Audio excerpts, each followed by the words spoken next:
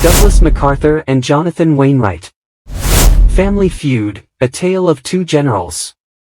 In the calm embrace of the Rose Garden, where history whispers its stories, a rare moment unfolded that transcended time and space. With each syllable spoken by President Truman, the air became thick with the weight of courage and sacrifice.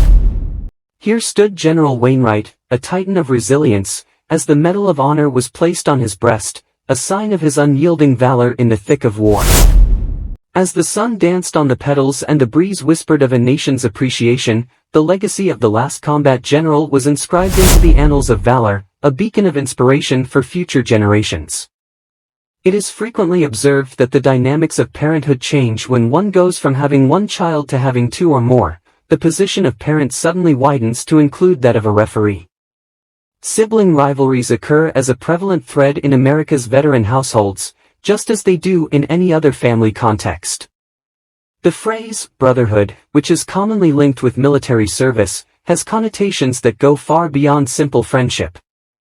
It does not mean a state of continuous peace and tranquility, nor does it imply the absence of conflict or disagreement. Indeed, brothers in these families are known to have intense debates, extended feuds, and even physical altercations. However, despite these tensions, the idea of brotherhood shows through. It is a tie formed by shared experiences, hardships, and triumphs, one that is stronger than any temporary conflicts that may arise. The camaraderie that develops from enduring difficulties together on the battlefield or supporting one another through the challenges of civilian life serves as the foundation for this brotherhood. While disagreements may arise from time to time, the core bond between brothers stays strong. They have an innate knowledge of one another, which stems from a shared history and a reciprocal commitment to each other's well-being. Thus, even in the midst of strife, there is an implicit understanding that, sooner or later, brothers will set aside their differences and resume their roles with newfound unity. In this regard, the concept of brothers among American soldiers goes beyond mere family. It represents a deep sense of devotion, companionship, and mutual support. It is a bond that lasts throughout life's ups and downs, a bond that, in the end, defines what it means to be brothers. General George Armstrong Custer's envy of his younger brother's amazing feat of receiving 2 Medals of Honor during the Civil War threw a pall over their relationship, imbuing it with palpable tension that echoed throughout their conversations. Historical records show instances where this envy boiled over into confrontation, with reports indicating that when Thomas Custer proudly displayed both of his medals at social gatherings, it sparked heated debate between the two brothers, sometimes escalating to physical skirmishes outside the confines of polite society. Despite the difficulty caused by this rivalry, the underlying thread of brothers remained unbroken and strong in the face of their disagreements. Thomas Custer, despite his elder brother's jealousy, had a deep and profound affection for him.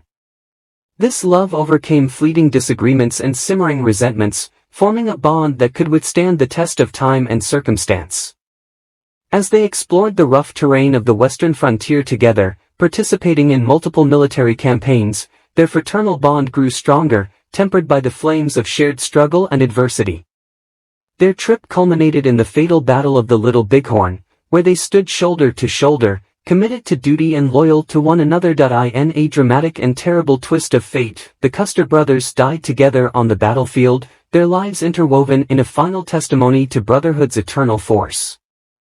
The Custer brothers' story is a moving account of the complications that come with sibling relationships, weaved together with strands of rivalry, love, and loyalty.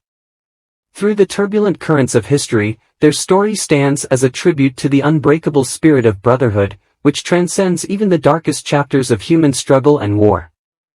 Douglas MacArthur and Jonathan Wainwright, despite sharing common ground as individuals shaped by military lineage and service, had distinct personalities and trajectories that, while intertwined, demonstrated the diversity within their shared heritage, similar to the intricate dynamics found among biological siblings. Born into military families, their fates appeared inextricably connected from the start, creating a tale packed with parallels and contrasts that highlighted the intricacies of their relationship. The history of military gallantry ran deep in the MacArthur and Wainwright families, with both men inheriting a strong lineage of duty and sacrifice.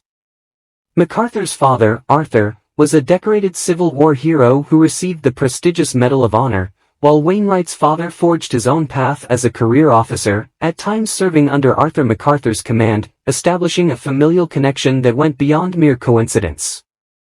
Their paths crossed once more in the hallowed halls of the United States Military Academy at West Point, where they launched on similar paths of academic and military success.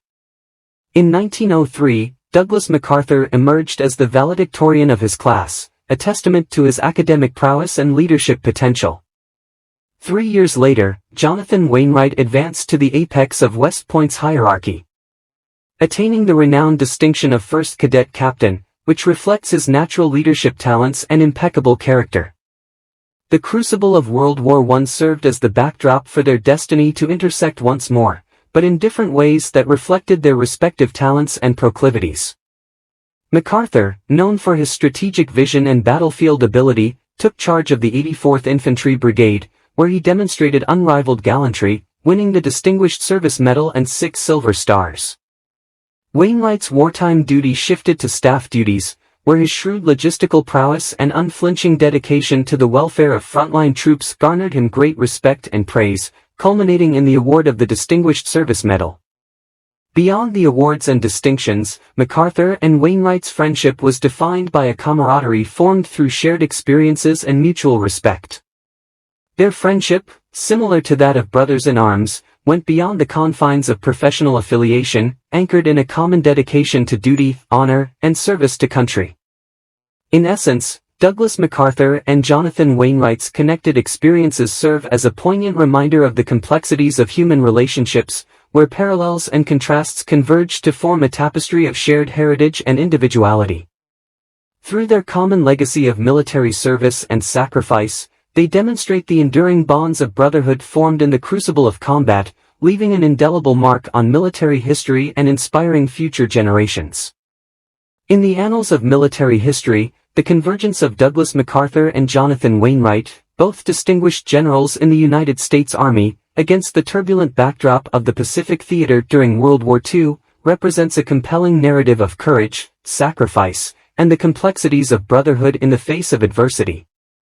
Stationed in the Philippines at the start of a conflict that would change the course of history, their interwoven fates bore witness to the furnace of war and the profound impact of their opposing personalities on their joint journey through the throes of warfare. As the sun rose on the fateful day of December 7, 1941, the Pacific's tranquility was shattered by the thunderous onslaught of the Japanese attack on Pearl Harbor, a cataclysmic event that would reverberate around the world and thrust MacArthur and Wainwright at the forefront of an unprecedented conflict. During the turmoil and devastation that erupted, their duties as commanders in the theater of war would be put to the ultimate test, as they faced the mammoth task of defending the Philippine Islands against overwhelming odds. The following months would be a crucible of fire and steel, as MacArthur and Wainwright attempted to stem the tide of German aggression while facing the harsh reality of war on several fronts. As commander of the North Luzon Force, General Wainwright was pushed into a desperate battle for survival, leading his troops with stoic grit and unyielding tenacity in the face of overwhelming adversity. Meanwhile, General MacArthur, known for his visionary leadership and strategic genius, orchestrated a heroic resistance from the strategic bastion of Corregidor, uniting his forces with a fierce determination to repel the enemy's invasion. However, as the crucible of battle heated up, the strains on their brotherhood became more obvious, highlighting the underlying disparities in their personalities and leadership styles. While MacArthur exemplified the classic military leader with his commanding presence and uncompromising approach, Wainwright, fondly known as Skinny among his comrades, typified a seasoned warrior's gritty drive and steady resolve. Their diverging paths came together in the hallowed halls of Corregidor, where MacArthur, aware of the gravity of the situation, called Wainwright for a critical meeting that would shape the trajectory of their common destiny. In the face of impending defeat and the threat of surrender, their relationship as brothers-in-arms was put to the greatest test, as they battled with the weight of their obligations and the unstoppable march of history. In the crucible of conflict, amidst the ruins of war-torn landscapes and the echoes of battles fought and won, Douglas MacArthur and Jonathan Wainwright's story is a moving testament to the human spirit's resilience and the enduring bonds of camaraderie forged in the fires of adversity. Though their paths diverged and their differences tested their friendship, the memory of their joint sacrifice stands as a beacon of courage and valor, urging future generations to defend the ideals for which they fought and died. The Philippine Islands, an archipelago of over 7,000 tiny landmasses spread across the enormous width of the South China Sea, represented a unique tapestry of geography and culture. Despite the enormous quantity of islands, only a percentage of them were populated, leaving vast swaths of undisturbed wilderness and pristine coastlines completely unaffected by human activity. Among these islands, Luzon, located in the archipelago's northern reaches, was the largest landmass, covering more than 40,000 square miles, an area similar to the state of Ohio in the United States. Manila Bay, located in the center of Luzon, is a natural harbor known as one of the world's finest, with protected waters and strategic significance that have made it a sought-after prize throughout maritime history. Nestled along the bay's eastern shores stood the bustling metropolis of Manila, the Philippines' lively capital city, a thriving powerhouse of business, culture, and political intrigue that served as the archipelago's heartbeat. For General Douglas MacArthur, Luzon had a special significance that went beyond its geopolitical relevance. It was a location steeped in personal history and familial links, dating back to his formative years spent in the lush surroundings of the Philippine countryside. From his father's time as military governor to his own experiences as a promising young soldier fresh out of West Point, Luzon had been a constant presence in MacArthur's life, shaping his character and forging his indomitable spirit. As a young lieutenant operating with an engineer battalion during his first tour of duty in the Philippines, MacArthur experienced the harsh sting of combat on the fertile soil of Luzon. He had polished his leadership talents here, among the harsh terrain and searing heat of the tropical rainforest, and formed relationships of brotherhood that would withstand the test of time and conflict. For MacArthur, returning to the land that had sculpted his destiny was more than a strategic imperative, it was a homecoming, a reaffirmation of his dedication to defending the land and its people against all odds. In the furnace of conflict, amidst the raw grandeur of Luzon's landscapes and the ghosts of battles fought and won, the story of General Douglas MacArthur and the Philippine Islands unfolds as a monument to the eternal relationship between a soldier and his hometown. Though the road ahead is loaded with danger and uncertainty, the spirit of resilience and drive that runs through the veins of Luzon's soil acts as a light of hope and inspiration in the darkest moments. As World War II's Pacific theater unfolded with quick and relentless aggression, the strategic importance of the Philippine Islands emerged as a focal point in the Japanese effort for regional control. Following the surprise attack on Pearl Harbor on December 7, 1941, which sent shockwaves around the world, Japanese imperial troops quickly shifted their focus to the Philippines, acknowledging its critical position in their overall military strategy. Only 8 hours after the devastating attack on Pearl Harbor, the Japanese launched a coordinated attack on Clark Air Base, a vital base for American air operations in the Philippines. The bombardment was fast and vicious, almost completely destroying the American Air Force stationed at the site. The demolition of Clark Air Base dealt a serious blow to American air power in the region, ultimately negating a substantial portion of their defensive capabilities in one fell swoop. In the days that followed, the Japanese onslaught continued unabated, with their forces landing men on the beaches of the northern Philippine Islands. This signaled the start of a relentless ground onslaught aimed at gaining a footing on Philippine soil and constructing a strategic bastion from which to conduct future military operations in the area. The Japanese invasion of the Philippine Islands marked a new chapter in the struggle, marked by fierce fighting and unwavering resistance on both sides. As Japanese forces advanced inland, they were met with fierce resistance from Filipino and American defenders determined to fight the enemy assault at all costs. The next conflicts would take place in the Philippine archipelago's harsh terrain and dense forests, testing the resolve and stamina of all those involved in the war for island control. The Japanese invasion sparked fear and uncertainty among the people of the Philippine Islands, as the threat of occupation loomed ominously on the horizon.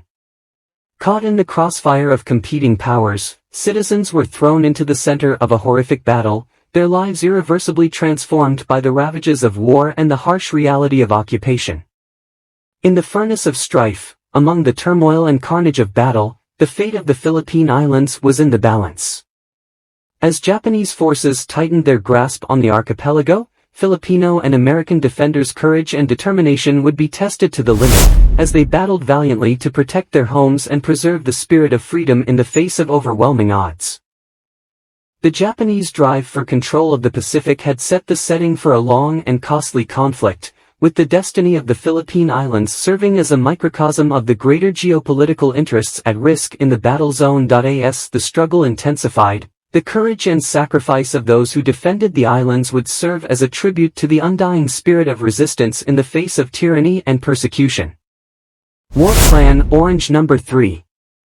Military strategists had taken note of the approaching Japanese threat to the Philippine Islands, with the prospect of invasion throwing a long shadow over the region as early as 2 decades before World War II broke out. In response to this gloomy warning, rigorous preparations were put in place, culminating in the creation of a comprehensive battle strategy aimed at protecting the Philippine archipelago against enemy intrusion. The creation of a strategic blueprint for the Philippines' defense in 1928 demonstrated military planners' foresight and preemptive steps in the face of impending conflict. This comprehensive plan, known as Orange No. 3 or WPO-3, War Plan Orange No. 3, outlined a series of defensive actions aimed at repelling enemy advances and preserving the island's territorial integrity in the face of imminent peril. WPO-3's defense strategy included the concept of a tactical delay, in which Filipino and American forces would take a deliberate and strategic approach to confronting the invading enemy. Rather than fighting the foe in a direct attack across the entire island chain, the plan called for a strategic withdrawal, with defensive forces retreating to the strategic bastion of the Bataan Peninsula, located at the mouth of Manila Bay. Nestled along Luzon's mountainous coastline, the Bataan Peninsula was strategically important as a natural choke point and defensive bulwark, providing a formidable barrier against enemy invasion into the heartland of the Philippines. Defending forces would take up positions amidst Bataan's steep cliffs and dense jungles, confronting the enemy in a protracted battle of attrition aimed at slowing their advance and buying valuable time for reinforcements to arrive. Bataan's strategic value resided in its ability to act as a barrier against enemy aggression, providing a temporary refuge from which defensive forces could stage a valiant defense against overwhelming odds. The strategy called for a prolonged siege lasting up to 6 months, during which time reinforcements could be marshaled and deployed to break the enemy's grasp and reverse the tide of war in favor of the defense. In effect, the installation of WPO-3 was a calculated gamble, a strategic gambit aimed at maximizing the Philippine Islands' defensive capacity while buying critical time for reinforcements. Though riddled with inherent hazards and uncertainties, the strategy demonstrated Filipino and American forces' bravery and will to face the Japanese onslaught front-on, with the destiny of the islands hanging in the balance. The famed island of Corregidor is halfway along the entrance to Manila Bay, its rough and tadpole-shaped profile standing sentinel against the backdrop of the South China Sea. Despite its small size of fewer than 2 square miles, Corregidor had long been a stronghold of military power and strategic importance, acquiring a reputation as a formidable fortress commanding the entrances to Manila Bay. In the run-up to World War II, Corregidor developed as a critical linchpin in the Philippine Islands' defense, garrisoned by soldiers charged with manning its strong artillery emplacements. Corregidor was strategically positioned to give help for the defense of the surrounding Bataan Peninsula, acting as a barrier against future enemy assaults, with its cannons ready to unleash destructive artillery in defense of the country. The island's strategic importance was emphasized by its role in the execution of War Plan Orange No. 3, a contingency plan designed to counter enemy aggression and protect the Philippine archipelago's territorial integrity. In the event of a Japanese invasion, Corregidor's artillery batteries would be critical in aiding defending forces stationed on Bataan, providing vital fire support and boosting the island's defenses against enemy advances. As the threat of war approached, General Douglas MacArthur, tasked with defending the Philippines, tried to confront the Japanese invaders head-on, marshalling his men in a brave effort to withstand the enemy invasion. With the destiny of the islands hanging in the balance, MacArthur sent his American soldiers and Philippine scouts to meet the enemy as they landed on Corregidor's northern beaches, hoping to stem the tide of enemy advance and strike a crushing blow against the invading forces. Among the men under General MacArthur's command was a contingent led by General Jonathan Mayhew Wainwright, a seasoned veteran of combat conflicts and, at 59, one of the oldest active generals in the U.S. Army. Despite his advanced age, Wainwright remained loyal in his commitment to defending the Philippine Islands, leading his troops with valor and perseverance in the face of enormous difficulties. In the furnace of conflict, amidst Corregidor's rugged coastlines and strong emplacements, the fate of the Philippine Islands was at stake. As defense forces prepared for the Japanese invasion, the courage and sacrifice of those stationed on the island would be tested to the limit, as they stood as guardians of freedom and defenders of democracy in the face of tyranny and violence. As the Japanese juggernaut pushed forward, General Jonathan Wainwright's Philippine scouts, along with their American counterparts, battled with unshakable valor and commitment. However, as the days passed and the enemy's numbers increased, hope began to fade. The landing of Lieutenant General Masaharu Homma and his powerful army at Lingayen Gulf on December 22, 1941, represented a watershed moment in the fight, foreshadowing the difficulties that were ahead. Supported by a strong armada, Homma's presence, coupled with a massive infusion of new troops, signaled the beginning of the end for the Philippine Islands defenders. In the face of overwhelming odds, General Douglas MacArthur recognized the necessity for immediate action and made the difficult choice to implement War Plan Orange No. 3. On December 26, 1941, Manila, the capital city, was declared an open city, with its residents evacuated as American and Philippine forces began their strategic retreat to the relative safety of the Bataan Peninsula. It was a tough pill to chew, as the defenders gave up control of their capital in the face of an unstoppable enemy advance, a poignant emblem of the sacrifices committed in the name of strategic necessity. As the devastated remnants of American and Philippine forces retreated to Bataan's fortified stronghold, MacArthur established his command post on the rocky shores of Corregidor, a key island fortification that had long acted as a bulwark against enemy invasions into Manila Bay. Within the confines of the Malinta Tunnel, a sprawling underground complex carved into the heart of Corregidor, MacArthur orchestrated the desperate defense of the Philippine Islands, directing the valiant delaying action that aimed to keep the enemy at bay until reinforcements from the United States arrived. Despite their brave efforts, the defenders were woefully undersupplied and outnumbered, and their valiant resistance was overshadowed by the threat of loss. The reinforcements they so sorely needed failed to arrive, a sad turn of events that crushed their dreams and left them to fend for themselves against overwhelming odds.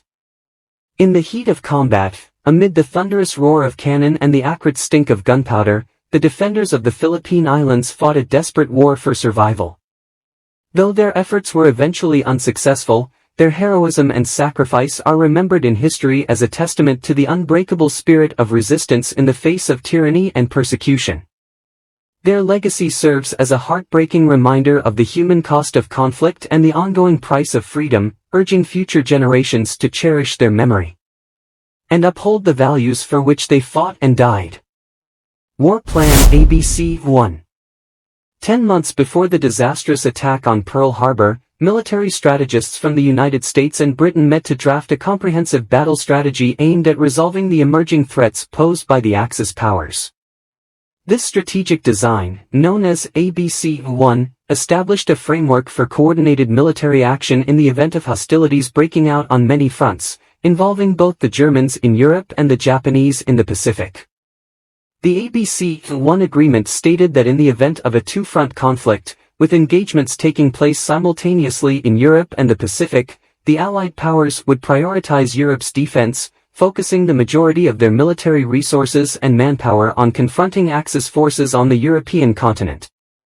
This strategic choice was motivated by an understanding of the imminent threat posed by Nazi Germany's aggressive expansionism, as well as the need to prevent the collapse of Allied fortifications in Europe. Despite the complexities of military strategy and geopolitical considerations, the gallant troops stationed in the deep jungles of the Philippine Islands were mostly uninformed of the nuances of the ABC-1 Pact. They were cut off from the greater strategic concerns that shaped Allied war preparations, and they found themselves caught up in the furnace of struggle, coping with the harsh reality of war on the front lines. In the absence of first-hand knowledge of the strategic imperatives that guided Allied decision-making, these heroic defenders relied on their leaders for reassurance and direction. President Franklin D. Roosevelt's year-end speech, in which he promised to devote all of the United States resources to the defense of the Philippine Islands, stood out as a beacon of optimism in the midst of the uncertainty and misery of imminent conflict. His solemn promise to stick with the defenders of freedom in the Pacific boosted morale among troops stationed on the extreme reaches of American influence, imparting a sense of resolve and purpose in the face of hardship. However, as events developed following the attack on Pearl Harbor and the ensuing Japanese invasion of the Philippine Islands, the brutal reality of war quickly shattered the illusions of security and certainty. The brave men who had put their belief in their commanders' pledges would find themselves in a perilous struggle for survival, facing hunger, disease, and starvation in the harsh terrain of the Philippine forests. In retrospect, the disparity between strategic decisions reached at the highest levels of government and the lived experiences of individuals on the front lines serves as a sharp reminder of the human cost of war and the importance of open communication and transparency during times of crisis. Despite being unaware of the complexities of ABC-1, the sacrifices of the Philippine Island defenders demonstrate their unshakable dedication to the cause of independence and determination to lay down their lives in defense of liberty. Following the surrender of Manila and subsequent retreat to the Bataan Peninsula, the defenders of Bataan faced the brutal reality of war with grim fortitude. As they dug in their heels on the tiny strip of ground spanning approximately 500 square miles, they were acutely aware of the massive challenge that lay before them. With the enemy coming in on all sides and their resources depleting quickly, the defenders braced themselves for the ultimate test of their bravery and resilience. Among the steadfast defenders were the Philippine Scouts, a formidable fighting force made up of heroic men who had accepted the call to protect their motherland against the approaching tide of Japanese attack. Though many were uninformed of the precise specifics of strategic directives such as Orange No. 3, their steadfast commitment to the cause of liberation motivated them to fight with their American counterparts in the face of overwhelming odds. Bataan's defenders, armed with obsolete rifles and insufficient ammunition, fought valiantly against the Japanese invaders' relentless attack. Despite their remarkable fortitude and tenacious spirit, they found themselves up against a powerful enemy with superior weapons and overwhelming numerical advantage. Yet, inspired by a feeling of duty and a firm desire to hold the line, they refused to give in to despair. In the midst of the turmoil and death of war, the defenders of Bataan demonstrated incredible perseverance and bravery, clinging to the prospect of imminent reinforcements from their leaders. President Roosevelt's guarantee that the entire resources of the United States would be dedicated to the defense of the Philippine Islands reinforced their resolve in the face of adversity. However, as the days grew into weeks and the expected reinforcements did not arrive, they began to realize the gravity of their situation. Cut off from the outside world and facing growing casualties due to sickness, hunger, and exhaustion, Bataan's defenders found themselves on the verge of collapse. The desperate defense of the Abu Kay line demonstrates the valor and tenacity of Bataan's defenders.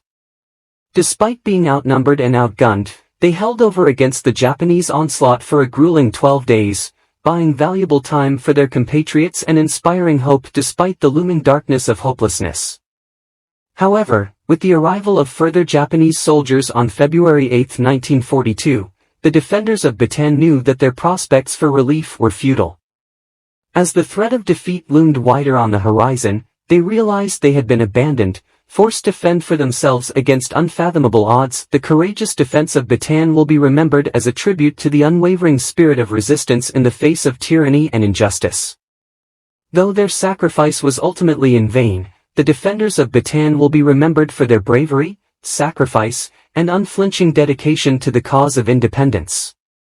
When General Douglas MacArthur stood on the besieged shores of the Philippine Islands, confronting the relentless onslaught of Japanese imperial forces, he was confronted not only with the difficult challenge of defending a nation under siege, but also with the weight of history and the burden of leadership. As the highest-ranking military leader in the Pacific Theater, MacArthur was responsible for not only protecting the lives and rights of the Filipino people, but also maintaining the honor and integrity of the United States Armed Forces. In the midst of the turmoil and uncertainty of war, MacArthur received word from Washington that surrender was an option if the situation became untenable, a directive that struck to the heart of his principles and convictions. For MacArthur, surrender was more than just a tactical consideration, it was a moral imperative, an acknowledgement of loss that he could not accept, even in the face of overwhelming odds. With steely resolution, MacArthur determined to defy fate and stand steady against the flow of adversity, willing to pay the ultimate sacrifice in defense of the Philippines and its people. His unflinching dedication to the cause of liberty and democracy shone brightly amidst the looming darkness of despair, a beacon of light for those who looked to him for leadership and guidance in their time of need. As President Manuel Quezon regretfully left for the safety of Australia, MacArthur held firm on the Philippine Islands' perilous coastlines, accompanied by his wife and their young son, a devastating reminder of the personal stakes involved in the fight against tyranny and persecution. With the weight of responsibility on his shoulders, he vowed to set an example of courage and resilience in the face of great hardship. Their personal things were stored in the hold of the submarine Swordfish, a concrete reminder of the unknown future that faced them, a future laden with hazard and uncertainty, but imbued with the irrepressible spirit of defiance and resolve that distinguished MacArthur's leadership. With instructions to keep them safe until claimed by the MacArthur family's rightful successors, these things acted as a tribute to the ongoing heritage of sacrifice and dedication that defined their journey through the crucible of war. As the Swordfish vanished beneath the seas, bringing Quezon to safety, MacArthur stood firm on the besieged coasts of the Philippine Islands, his resolve unshaken by the tempests of war. In the days and weeks that followed, he faced unthinkable hardships and tribulations, but his unflinching commitment to the cause of freedom remained unshaken, a light of hope and inspiration for all who looked to him for guidance in their darkest hour. As the submarine Swordfish made its way out of Manila Bay, carrying the weight of Philippine leadership and a nation's hopes, President Franklin D. Roosevelt faced a sobering realization: the potential impact on national morale if General Douglas MacArthur, World War I's most decorated hero, fell into enemy hands. Recognizing the symbolic significance of MacArthur's capture or death at the hands of the Japanese, Roosevelt issued a fatal order, putting the esteemed general's commitment and values to the test. On the following day, with the fate of the Philippine Islands at stake, President Roosevelt sent a command to General MacArthur, ordering him to flee to the southern island of Mindanao and seek refuge in Australia. For MacArthur, a lifelong military commander bound by duty and commitment to his nation, it was an order he couldn't refuse, a mandate from his commander-in-chief demanding obedience and cooperation. However, for MacArthur, the decision to leave his station and seek sanctuary in a faraway country was loaded with contradictory emotions and ethical quandaries. As a patriot with a deep and enduring affection for the Philippines and its people, the notion of abandoning them in their hour of need contradicted everything he believed in. It was a decision that required him to confront the harsh reality of his own convictions and values, calling into question the fundamental foundation of his identity as a soldier and a leader. In a time of intense introspection, the 62-year-old four-star general made a decision that would have far-reaching consequences. Rather than comply with the order to retreat to safety, MacArthur elected to resign from his position, giving up his military commission and taking on a new role as a civilian volunteer in Batan's defense. Departing from Corregidor, the rocky fortress that had served as his command post, MacArthur proceeded on a journey of defiance and determination, setting sail for Batan with a clear sense of purpose. Though no longer constrained by military protocol, he remained strong in his dedication to the cause of liberty and democracy, willing to fight alongside his fellow citizens in defense of their shared ideas and principles. As he took the short boat voyage from The Rock to Batan, General Douglas MacArthur dropped the trappings of rank and fortune, embracing a new position as a humble volunteer in the defense of his home Philippine Islands. In that time of transition, he exemplified the spirit of sacrifice and selflessness that would define his legacy, demonstrating the enduring force of conviction and fortitude in the face of adversity. The days after General Douglas MacArthur's historic decision to resign from his position and serve as a civilian volunteer in the defense of Batan were laden with uncertainty and anticipation. As the threat of Japanese aggression loomed bigger on the horizon, MacArthur struggled with conflicting emotions and competing narratives about his role in the oncoming battle. Major General Richard K. Sutherland, MacArthur's trusted chief of staff and confidant, was at the center of his inner circle and had a critical role in forming the general's perspective on the changing situation. Recognizing the gravity of the situation and the importance of strategic planning, Sutherland attempted to persuade MacArthur that President Franklin D. Roosevelt's directive to seek asylum in Australia was not a sign of abandonment, but rather a strategic maneuver to secure the resources and support required for the eventual liberation of the Philippine Islands. Drawing on rumors and speculation about the deployment of a Philippine relief force in Australia, Sutherland made a compelling case that MacArthur's presence in Australia was critical to the mission's success. He offered a convincing picture of a collaborative effort to organize and command a formidable army that would eventually return to the Philippine Islands to defeat the Japanese invaders, a vision that resonated strongly with MacArthur's feeling of duty and patriotism. The thought of a Philippine rescue force, supported by a telegraph from Washington urging MacArthur's early arrival in Australia, bolstered Sutherland's argument and swayed the general's decision. Faced with the weight of duty and the need for strategic planning, MacArthur reluctantly agreed to the president's command, realizing the importance of his departure from Corregidor. With a heavy heart and a sense of resignation, MacArthur decided to leave Corregidor on March 15, putting aside his personal concerns in favor of a greater purpose. Though the decision weighed deeply on him, he stayed steadfast in his determination to defend the Philippine Islands and eventually defeat the Japanese aggressors. In the crucible of war, amid the uncertainty and hazard that gripped the Pacific theater, General Douglas MacArthur battled with the intricacies of leadership and the duties of duty.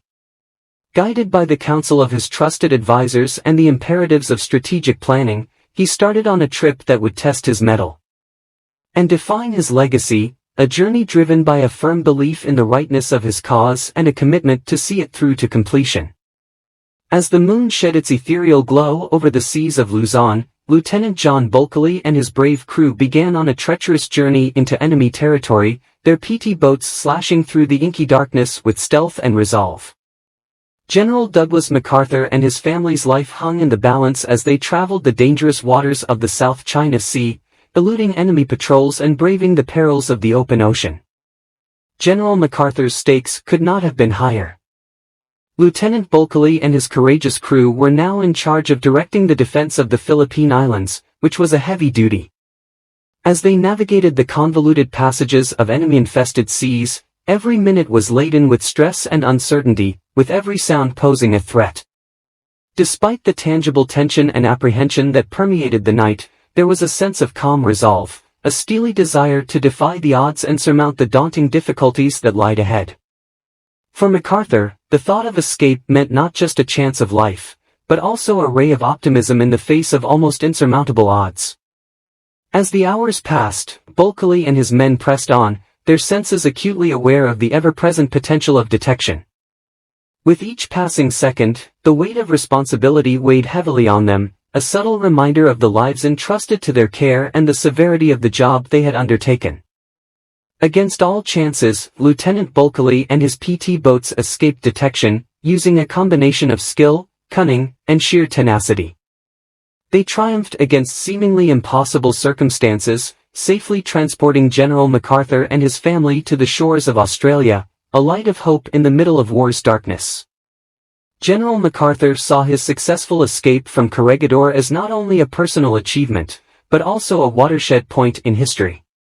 It was a monument to the Allied troops' unwavering spirit of perseverance and tenacity in the face of tyranny and oppression, a reminder that, even in the darkest of times, hope persists.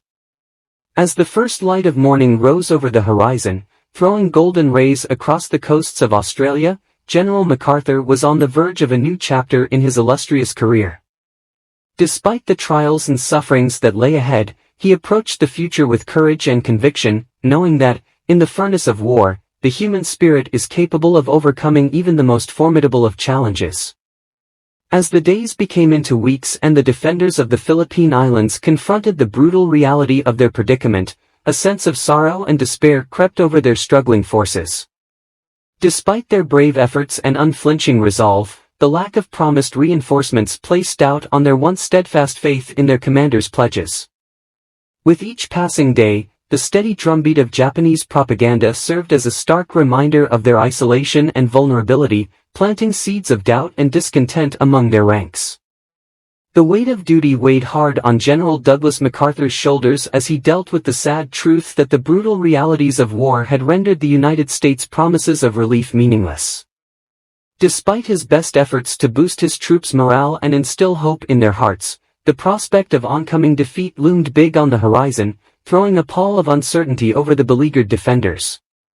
Despite the darkness of despair, glimmers of resilience and drive shone fiercely in the souls of those who refused to succumb to it. Men and women from all walks of life, Filipino and American alike, stood unified across Bataan, determined to defy the odds and fight for their independence with every fiber of their being. Though their bodies were weakened by starvation, disease, and tiredness, their spirits remained unbroken, driven by a passionate determination to resist tyranny and injustice at whatever cost.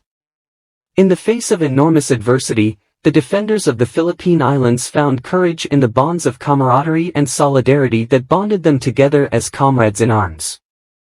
They were united by a single purpose and a shared conviction to triumph over all odds, demonstrating the indomitable spirit of human perseverance and tenacity in the face of terrible adversity. As echoes of Japanese propaganda resonated through Bataan's jungles, the defenders refused to give up hope. Though the ships they hoped for might never arrive, their spirits remained unbroken, their resolve unshaken by the winds of hardship.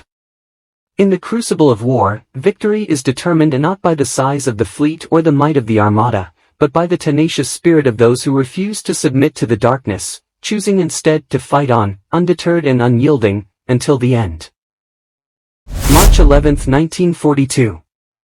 As General Douglas MacArthur stood amidst the chaos and uncertainty of the Philippine Islands, about to go despite the protests that followed him, he issued a solemn instruction to his loyal comrade-in-arms, General Jonathan Wainwright. "Jonathan," he started, his voice tinged with determination and resignation, "I want you to inform your command that I am leaving due to my repeated protests." General Wainwright, the tall and gaunt man fondly known as Skinny, nodded solemnly in response to MacArthur's plea. It was a somber promise that he would keep with unyielding commitment, ensuring that MacArthur's departure was treated with the solemn respect it deserved. As friends forged in the crucible of war, MacArthur and Wainwright shared a bond that went beyond the battlefield, one based on mutual respect and steadfast commitment. With MacArthur's departure looming, the mantle of leadership in the Philippines would fall into the skilled hands of General Wainwright, who had been designated by MacArthur to command all Philippine forces. It was a heavy responsibility, but Wainwright took it with the duty and honor that befitted his valued position. Wainwright would command the defense of the Philippine Islands from the depths of Corregidor's Malinta Tunnel, directing his soldiers with steely will and unyielding determination. Meanwhile, Major General Edward King would take charge of the American soldiers and Philippine scouts defending Bataan, a task that would demand courage, ability, and unwavering determination in the face of overwhelming odds. As the tides of war ebbed and flowed, King was tasked with holding the line against the Japanese forces' unrelenting approach, ensuring that the spark of resistance burned brightly in the heart of Bataan. MacArthur said his final goodbyes to his great friend and trusted colleague with a heavy heart and profound thankfulness. "Goodbye, Jonathan," he whispered, his voice filled with real passion. "When I get back, if you're still on Bataan, I'll make you a lieutenant general." It was a commitment made out of respect and adoration, a monument to their unshakable relationship as brothers in arms. As MacArthur prepared to depart, leaving behind the upheaval and turmoil of the Philippine Islands, he carried a nation's optimism and determination. Despite the dangers and uncertainties of the road ahead, he stayed strong in his commitment to the cause of freedom and democracy, a beacon of light in the midst of war's darkness. And as he stared to the horizon, his thoughts moved to the day when he would return triumphantly to keep the promise he had made to his good friend and trusty comrade in arms. As darkness fell over the South China Sea, Lieutenant Bulkeley proceeded on a risky journey aboard PT-41, traveling into waters filled with enemy patrols and hiding perils. His mission: get General Douglas MacArthur, a living legend and American hero, out of harm's way and to safety. Bulkily piloted the dangerous waters controlled by the Japanese with steel nerves and unwavering purpose, getting closer to their target with each passing instant. For General MacArthur, the journey was laden with uncertainty and danger, but he stayed steadfast in his goal to escape the enemy's grasp and continue the battle for independence. Through 560 miles of inhospitable seas and a frightening confrontation with a Japanese destroyer, MacArthur and his crew endured the conditions and the threat of peril, their spirits lifted by the prospect of reaching sanctuary on the southern island of Mindanao. As dawn broke on Friday, March 13, General MacArthur's journey attained its first milestone as they arrived at the shores of Mindanao, greeted with relief and thanks. Nonetheless, their voyage was far from ended, with the overhanging threat of Japanese retaliation hovering over their heads like a sword of Damocles. 4 days later, General MacArthur arrived on Australian territory, greeted by supporters and well-wishers who lauded him as a symbol of endurance and defiance in the face of adversity. It was here, amidst the warm embrace of newfound allies, that MacArthur uttered the words that would reverberate through history. The President of the United States ordered me to break through the Japanese lines for the purpose, as I understand it, of organizing the American offensive against Japan, the primary goal of which is to relieve the Philippines. I came through, and I will return. With these statements, General MacArthur reaffirmed his dedication to the cause of freedom and promised to lead the fight against tyranny and injustice. With his unwavering resolve and unflappable spirit, he stood as a light of hope for everyone who sought liberation and justice in a war-torn planet. Even though the road ahead was plagued with danger and uncertainty, General MacArthur marched on with unshakable tenacity, guided by the idea that victory would eventually be theirs, no matter the cost. General Douglas MacArthur's evacuation from Corregidor and subsequent escape to Australia was a watershed point not just in his illustrious career, but also in military history. To the Filipinos, MacArthur was more than just a leader, he was a symbol of hope and tenacity, a ray of light in the darkest hours. His promise to return reverberated across the archipelago, inspiring courage and tenacity in people seeking freedom from hostile oppression. However, despite the Filipino people's intense admiration, MacArthur's adversaries attempted to damage his name and cast doubt on his bravery and honesty. MacArthur was condemned as a coward, deserter, and fleeing general by enemy propaganda machines ranging from Germany and Italy to Japan.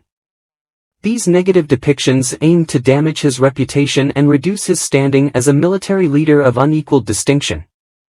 However, beneath the veil of propaganda and deception, a new story emerged, one of strategic need and calculated risk.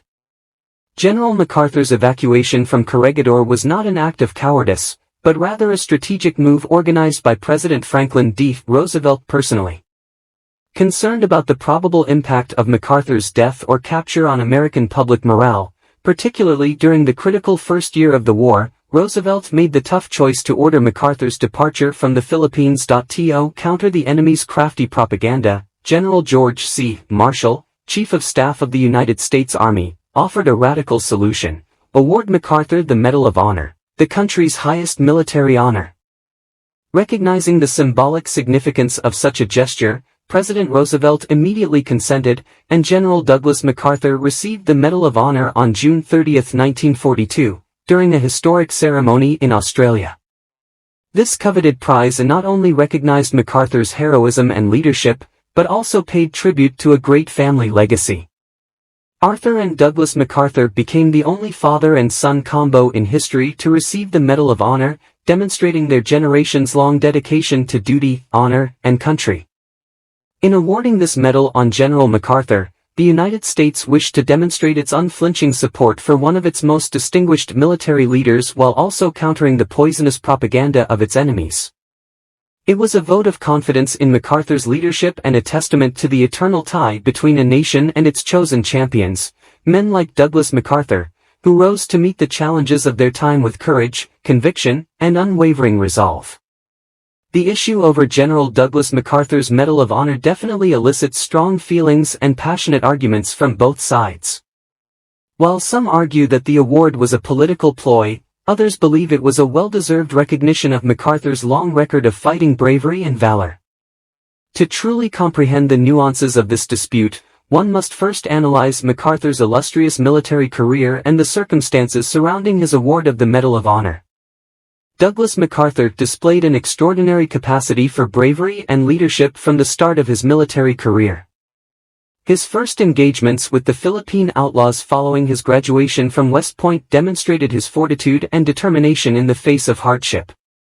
Throughout later conflicts, notably the Mexican campaign at Vera Cruz and World War I, MacArthur's exploits on the battlefield were characterized by acts of personal valor that clearly merited consideration for the Medal of Honor.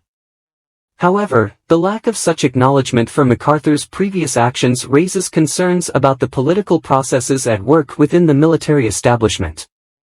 It is surprising that a man of MacArthur's level and reputation would not have received the Medal of Honor for actions that were widely regarded as exemplifying remarkable bravery and devotion. In this way, the decision to bestow the Medal of Honor upon him during World War II could be regarded as a corrective measure, a belated recognition of his previous services. And a reaffirmation of his outstanding contributions to the nation. However, the nature of military honors and decorations always attracts examination and controversy. Critics of MacArthur's Medal of Honor claim that its award was influenced by political expediency rather than genuine recognition of his courage. They argue that MacArthur's close relationships to prominent figures in the military and political establishment may have influenced the decision-making process, calling into question the award's integrity. However, it is critical to remember the larger context in which MacArthur's acts occurred. As a significant actor in the Allied war effort, MacArthur's leadership and strategic brilliance influenced the course of history. His persistent commitment to the defense of the Philippines, as well as his subsequent efforts to liberate the Pacific Islands from Japanese captivity, garnered him broad affection and respect from both his colleagues and subordinates. In the end, while the argument over the legality of MacArthur's Medal of Honor may never be fully addressed, no one can argue that his leadership and courage had a significant impact on the conclusion of World War II. Whether considered as a political ploy or a well-deserved recognition of his courage, MacArthur's Medal of Honor is a monument to his indomitable spirit and unshakable dedication to duty, a legacy that continues to inspire generations of soldiers and women today. The Japanese Army's unrelenting march across the Philippine island of Luzon put a pall over the battered defenders of Bataan. Despite heroic efforts by dispersed pockets of Philippine scouts to mount resistance from the deep woods, the enemy troops' overwhelming might rendered their efforts ineffective. With two complete divisions of highly experienced combat infantry, as well as superior tank regiments, engineer units, and artillery batteries, the Japanese appeared to be unstoppable. Their iron grasp tightened on Bataan, squeezing the defenders with unremitting pressure and leaving them isolated and helpless. General King and his exhausted men suffered the brunt of this assault, their morale crushed by the never-ending wave of adversity that swept over them. Promises of resupply and reinforcement vanished like mist in the face of hard reality, leaving the defenders discouraged and disheartened. Malnutrition and sickness ravaged their bodies, draining their power and will with each passing day. Food was scarce, and what was left was rationed to only a fraction of what was required to continue war activities. The soldiers, who had already been weakened by hunger and strain, were now succumbing to sickness, with famine and illness ravaging their bodies. In the absence of proper medical supplies and treatment, the injured and sick lingered, their calls for help going unheard. General King's medical units, already overburdened, struggled to deal with the flood of wounded. Their efforts were impeded by a serious lack of medications and resources. Disease, weariness, and starvation took their toll on the once indomitable defenders of Bataan, leaving them on the verge of collapse. Despite the despair and sorrow, flickers of tenacity and determination remained bright in the souls of individuals who refused to give in to despair. For 90 days, they had beaten the odds, holding to their positions and opposing the enemy with all of their might. Theirs was a tribute to the unwavering spirit of the human soul, a stubborn stand against the powers of tyranny and oppression that wanted to crush them under their feet. As the war for Bataan dragged on, the soldiers and civilians imprisoned within its limits clung to the notion that help would arrive soon, lifting the curtain of darkness that had fallen over them. For despite being pounded and bruised, their spirits remained unbroken and their resolve unflinching in the face of terrible adversity. And as long as there was a single spark of rebellion in their hearts, they would battle till the end, undeterred and unwavering. The brutal realities of war impacted heavily on the defenders of Corregidor, where poverty and suffering were as prevalent as on the besieged peninsula of Bataan. Within the confines of the Malinta Tunnel, General Jonathan Wainwright worked diligently to coordinate the tactical parts of the resistance against the continuous Japanese attack.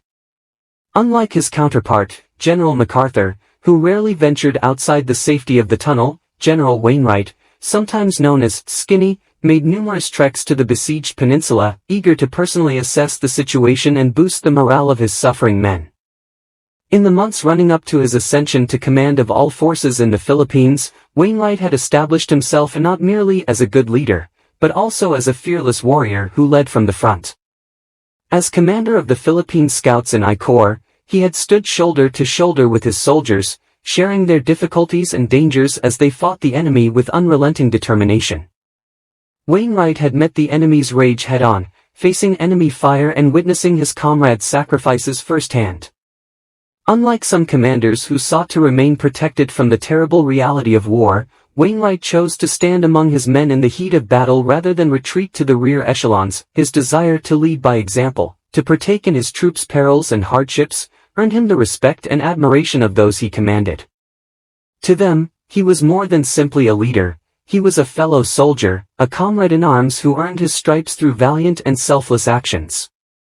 Indeed, General Wainwright exemplified a distinct type of leadership, one distinguished not only by strategic brilliance and tactical prowess, but also by personal courage and unflinching devotion to duty. In an era of uncertainty and turmoil, he served as a beacon of hope and inspiration, a symbol of perseverance and bravery in the face of overwhelming obstacles. In military history, he will be regarded not only as a superb tactician, but also as the epitome of the fighting general, a leader who led from the front, shared his men's burdens, and never flinched away from the call of duty, no matter the cost. On April 9, 1942, the Japanese launched a huge attack on the besieged island of Bataan, marking a watershed moment in World War II's Pacific theater. With the arrival of 50,000 more combat men, the enemy forces hoped to deal a final blow to the courageous defenders who had fought against overwhelming odds for so long. General Jonathan Wainwright, commanding from the relative safety of Corregidor, gave urgent orders to General King, ordering him to oppose the German onslaught with all means necessary. However, General King's reaction provided a grim picture of his troops' predicament. King and his soldiers were on the verge of collapse, having been reduced to a fraction of their battle efficiency due to tiredness, disease, and decreasing supplies. Despite Wainwright's insistence on continuous resistance, the grim reality of the battlefield provided little opportunity for optimism or disobedience.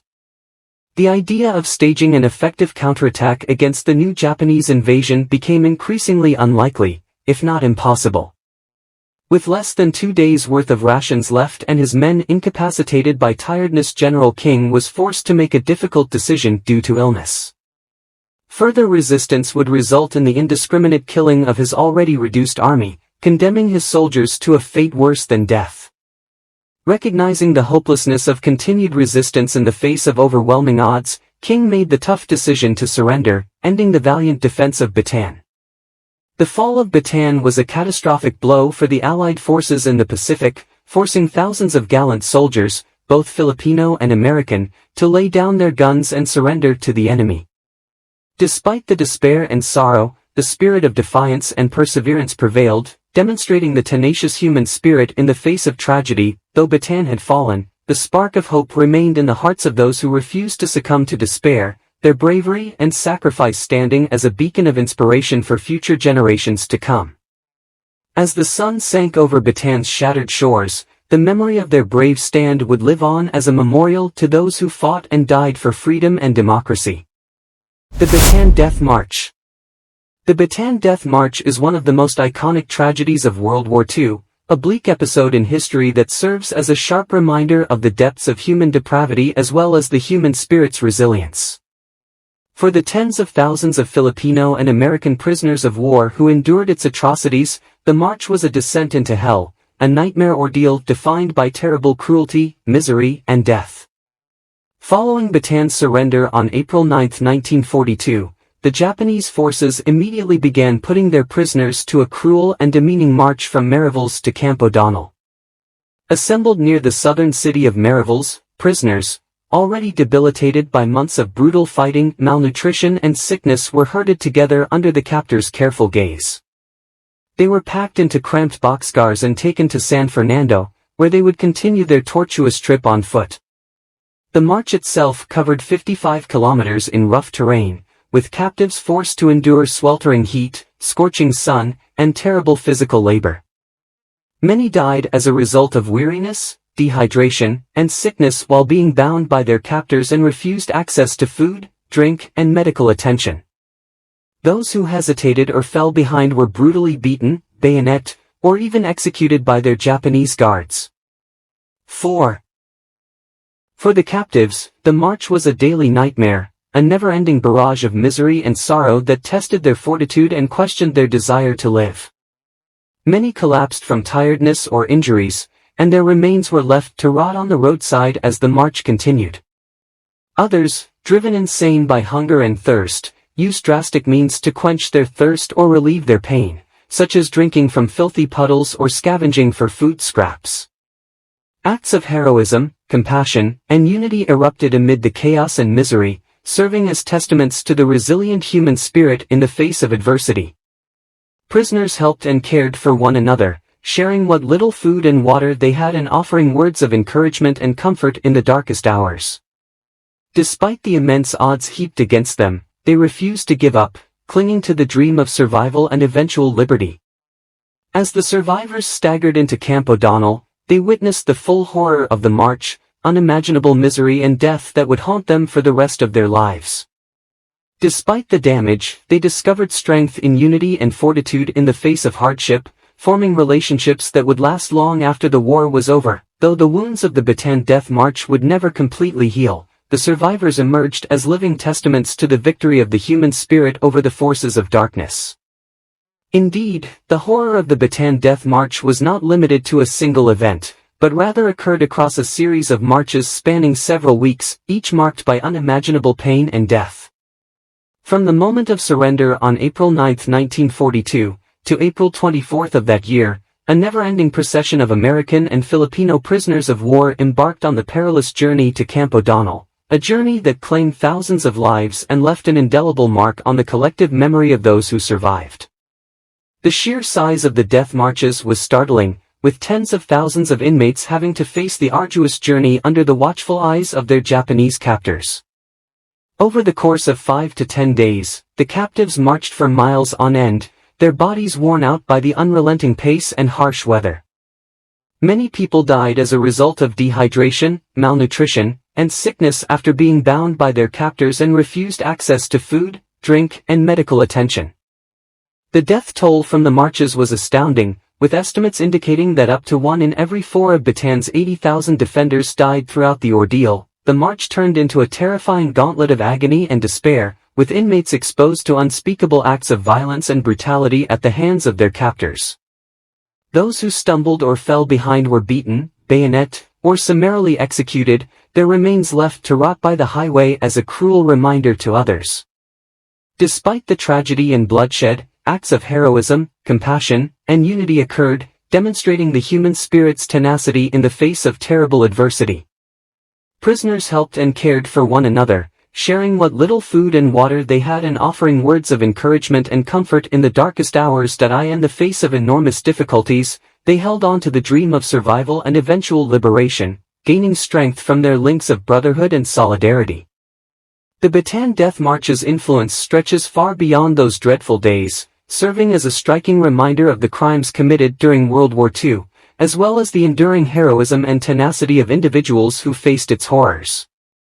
As we reflect on the awful events of the past, may we remember those who died and be inspired by their courage and sacrifice in our continued search for peace, justice, and remembrance.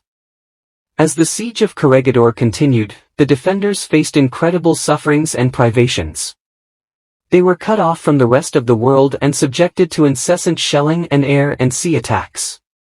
The island's fortifications were repeatedly bombarded by Japanese fire, forcing its defenders to seek refuge in homemade shelters and subterranean tunnels to avoid the lethal rain of bombs and shells.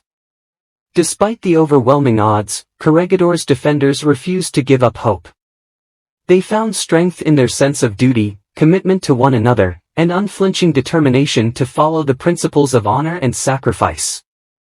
They held steady in the face of unrelenting adversity, determined to resist the enemy for as long as possible. Day by day, the situation on Corregidor worsened.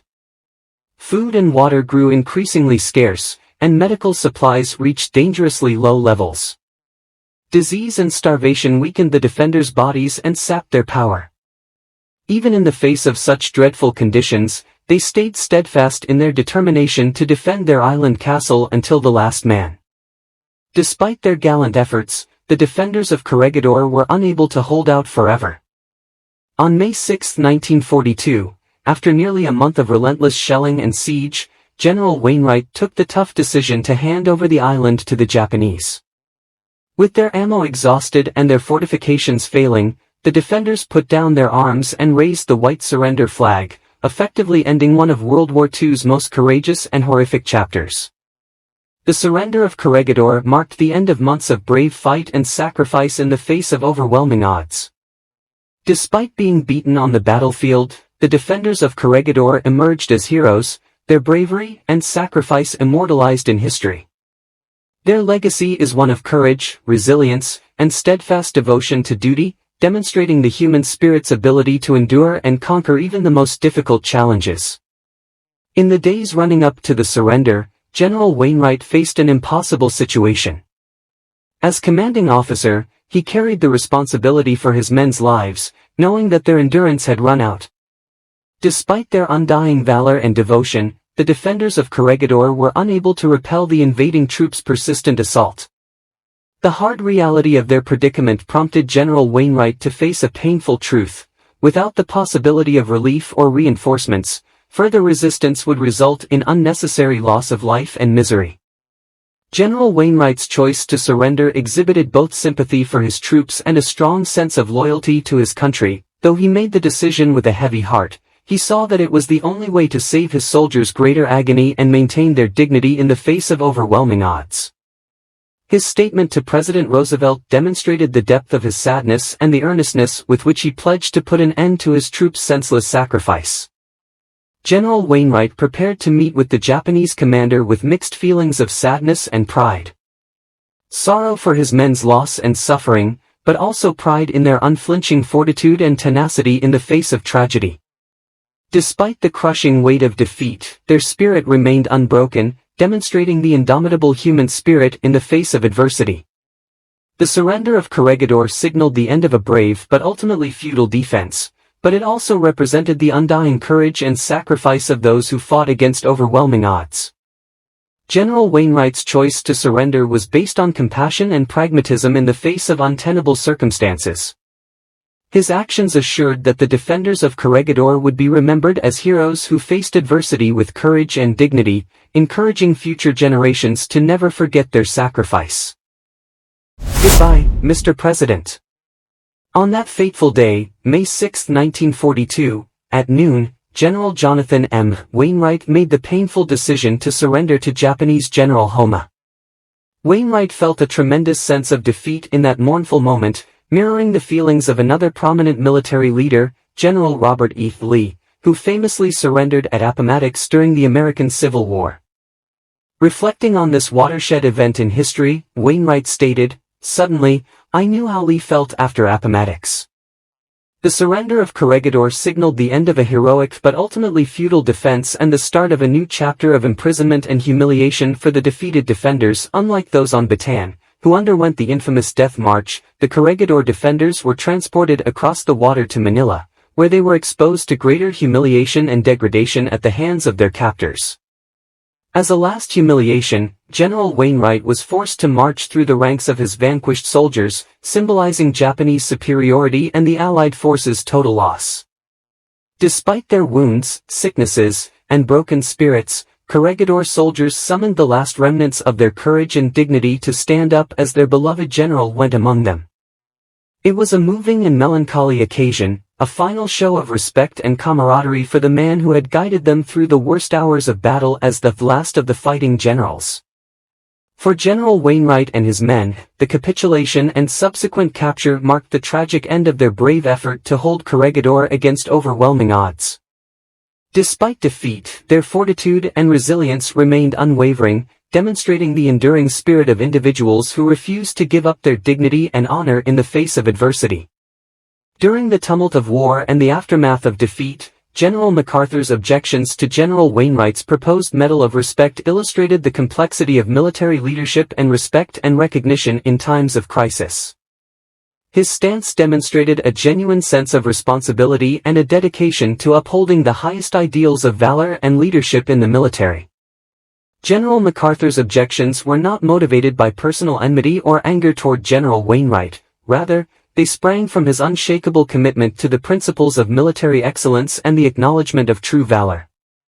To MacArthur, the Medal of Honor was more than just a symbol of individual valor, it also represented the collective sacrifices and efforts of all those who fought and died for their nation. In contesting the planned award, General MacArthur hoped to guarantee that the Medal of Honor kept its meaning and purity, free of any sense of partiality or political expediency. He knew how important it was to maintain the integrity of such honors, not just for troop morale but also for the military institution's overall reputation. Furthermore, MacArthur's comments highlighted the difficulties of leadership and decision-making at times of crisis. As a military commander, he was responsible for his men's lives as well as the campaign's outcome. His responsibilities went beyond the battlefield to the area of moral and ethical judgment, where difficult decisions had to be taken in the best interests of the mission and the troops. Ultimately, General MacArthur's opposition to the proposed Medal of Honor for General Wainwright demonstrated his steadfast dedication to the concepts of honor, honesty, and excellence in military service. His actions demonstrated the guts to stand up for what he felt to be right, even in the face of opposition and criticism. In military history, his position serves as a reminder of the profound duties. General Jonathan Wainwright's time as a prisoner of war in the hands of the Japanese was filled with unspeakable agony, but it also highlighted the depth of his character and the human spirit's endurance in the face of hardship. General Wainwright, stripped of his title, dignity, and independence, faced years of captivity with bravery and heroism. His days were occupied with the never-ending struggle for survival in the terrible surroundings of the prison camp. Food was scarce, medical treatment was almost non-existent, and there was a high risk of physical and psychological abuse.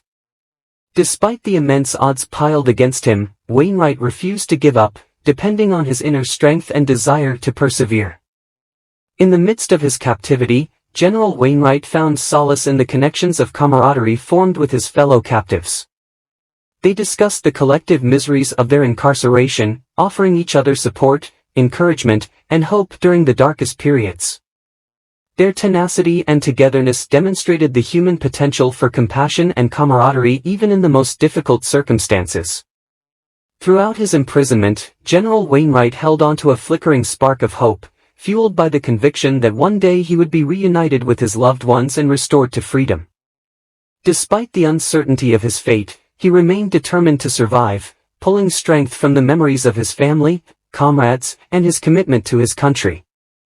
As the battle came to an end and the tide of victory shifted in favor of the Allied forces, General Wainwright's long-awaited freedom arrived. After being released from prison, he became a symbol of tenacity and endurance, demonstrating the lasting spirit of the human soul in the face of hardship.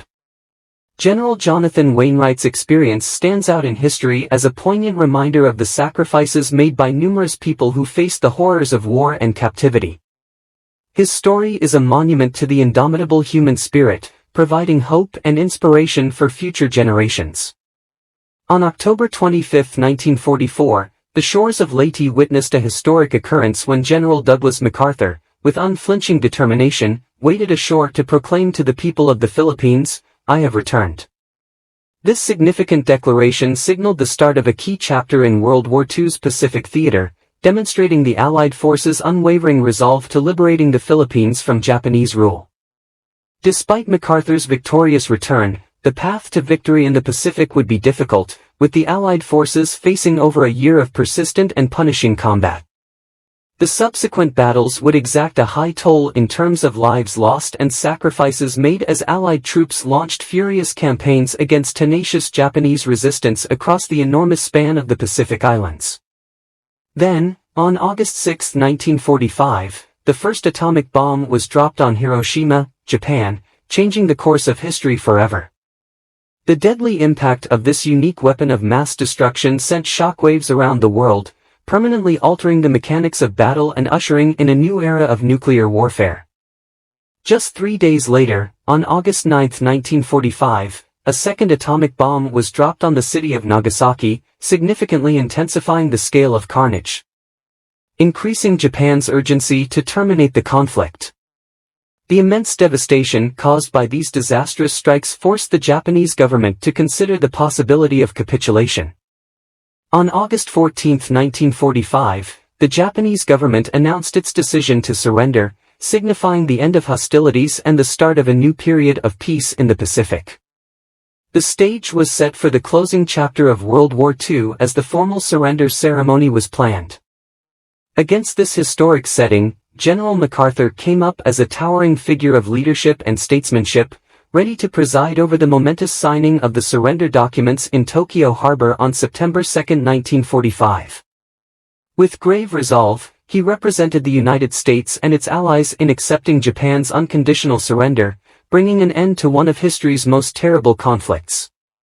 The signing of the surrender documents was a watershed moment in terms of closure and reconciliation, laying the framework for the post-war reconstruction and reconciliation efforts that would come after the war. General MacArthur's staunch leadership and unshakable devotion to the cause of freedom and democracy helped shape the course of history and pave the path for a brighter future for future generations. On August 19, 1945, General Jonathan Wainwright received the long-awaited news that the war was over.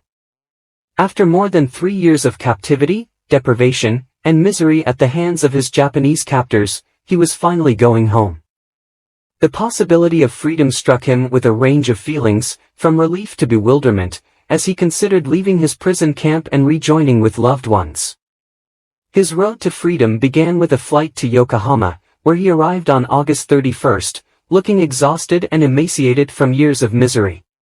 Despite his physical infirmity, his spirit remained unbroken, spurred by the prospect of freedom and a fresh start. He had no idea that his arrival would coincide with a dramatic encounter that would be remembered throughout history. General Douglas MacArthur, the famed American commander who famously swore to return to the Philippines, awaited General Wainwright in Yokohama.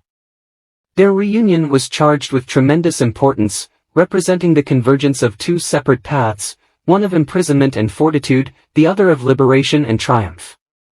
Their hug, captured on camera for posterity, marked an emotional moment of healing and camaraderie between two great military officers. On September 2, General MacArthur, on board the USS Missouri in Tokyo Harbor, emphasized the significance of their meeting. Presided over the momentous signing of Japan's surrender documents. As he approached the table where the paperwork were, ready to sign and formally accept Japan's unconditional surrender, he issued a special invitation. Will General Wainwright and General Percival step forward and accompany me while I sign? This gesture, demonstrating MacArthur's regard and affection for the last of the fighting generals, granted General Wainwright a moment of honor and distinction on the global stage. Despite his frail condition, General Wainwright remained erect and determined, a symbol of enduring strength and tenacity in the face of tragedy. He witnessed the momentous conclusion of a struggle that had transformed the course of human history with General Percival, another British general who had also suffered the trials of war. In that moment, among the solemnity of surrender and the weight of history, General Wainwright's strong resolve and unwavering commitment to duty exemplified the undying spirit of resilience and tenacity that defines the indomitable human spirit. When the historic surrender documents were signed aboard the USS Missouri in Tokyo Harbor, General Douglas MacArthur opted to make a meaningful show of acknowledgement and respect to General Jonathan Wainwright. In a spontaneous act of charity and honor, MacArthur turned and offered General Wainwright the first fountain pen he used to sign the documents. This unexpected and extremely personal gift served as a painful reminder of Wainwright's ongoing impact and the enormous respect he commanded among his peers, despite the difficulties he had faced. Jonathan Wainwright, promoted to lieutenant general, went home to the United States, and not to the shame and stigma he had feared as the leader who surrendered at Corregidor, but to a hero's welcome worthy of his exceptional fortitude and resilience in the face of adversity. His arrival inspired scenes of celebration, with applauding crowds, ticker-tape parades, and a flood of love and devotion from a grateful nation. Recognizing the significance of Wainwright's sacrifices and services, President Harry S. Truman expressed a desire to meet with the distinguished general, emphasizing the deep impact of his acts and the admiration he commanded among the highest levels of government. General Jonathan Wainwright and his wife landed in Washington, D.C. on September 10, marking an important milestone in their return journey. They were greeted by the distinguished General George C. Marshall and were respectfully led to the sacred halls of the White House. They were permitted a brief session with President Harry S. Truman in the Oval Office, a historic occasion that promised passionate exchanges and reflections on the turbulent events of the past. However, when they conversed in the Oval Office, President Truman, with trademark spontaneity, suggested a change of scenery, which surprised General Wainwright. "Let's step outside in the Rose Garden to continue this conversation," the president said, his remarks tinged with casual warmth and camaraderie. President Truman gently took General Wainwright to the sun-drenched peacefulness of the Rose Garden, a serene refuge situated in the hectic center of the nation's capital. As they emerged into the incandescent grandeur of the Rose Garden, General Wainwright was met not only by the thick foliage and fragrant blooms, but also by a crowd of military officials, press reporters, and interested observers. He suddenly realized that this spontaneous meeting was more than just a continuation of their private talk. In that moment, General Wainwright realized he was being called upon to share his incredible adventure, to offer his insights and reflections to a spellbound audience anxious to witness history being made. The idea of addressing the assembled multitude instilled in him a deep sense of responsibility and honor, a moral commitment to impart the truths formed in the crucible of battle and sacrifice. On that fateful morning, as the sun extended its golden embrace onto the calm expanse of the Rose Garden, the president himself, not General Wainwright, would deliver the address. With a palpable sense of expectation in the air, President Truman took a step forward, his demeanor firm yet filled with genuine regard for the occasion. As he neared the microphone, the crowd fell silent, each person acutely aware of the gravity of the situation. President Truman began his speech with measured dignity, his remarks reflecting the gravity of the occasion and the undying valor of those who had given so much for their country. As the president gave the citation, each syllable echoed with historical significance, paying witness to General Wainwright's unflinching tenacity and indomitable spirit, the last of the fighting generals. And then, in a gesture that exemplified a nation's heartfelt thanks and admiration, President Truman went to General Wainwright, his eyes shining with reverence, and gently placed the Medal of Honor over the old general's neck. In that moment, amidst the peaceful awe of the Rose Garden, one man's valor and sacrifice were recorded in history, serving as a light of fortitude and resilience for future generations. September 5th was a watershed moment, as General Marshall, undeterred by previous objections, revived his recommendation for the prized honor. The president quickly approved the Medal of Honor, and its gleaming insignia served as a tribute to General Wainwright's unwavering valor and unselfish devotion to his country. This time, there were no dissenting voices or misgivings to mar the universal recognition of General Wainwright's outstanding bravery and leadership in the face of adversity. We poured our hearts and souls into each frame, hoping to take you on a mesmerizing journey through time. We're glad to hear your opinions. Did you enjoy the video? Was it informative, interesting, or perhaps even inspirational? We would love to hear from you in the comments section below. And, if you haven't already, please consider joining our community by subscribing to our channel. And, if you haven't already, please consider joining our community by subscribing to our channel. By clicking the bell button, you'll be kept up to speed on all of our latest releases, ensuring that you never miss out on another intriguing journey into the past. But wait, there's more. We want to hear from you. Do you have a particular historical topic that piques your interest? Leave us a comment with your thoughts, and who knows? Your suggestion may be the inspiration for our next video. So, friends, when you say goodbye, remember to like, comment, subscribe, and ring the bell. Your support means everything to us, and we can't wait to go on this historic trip alongside you. Until next time, be interested, stay connected, and continue to discover the treasures of our shared past.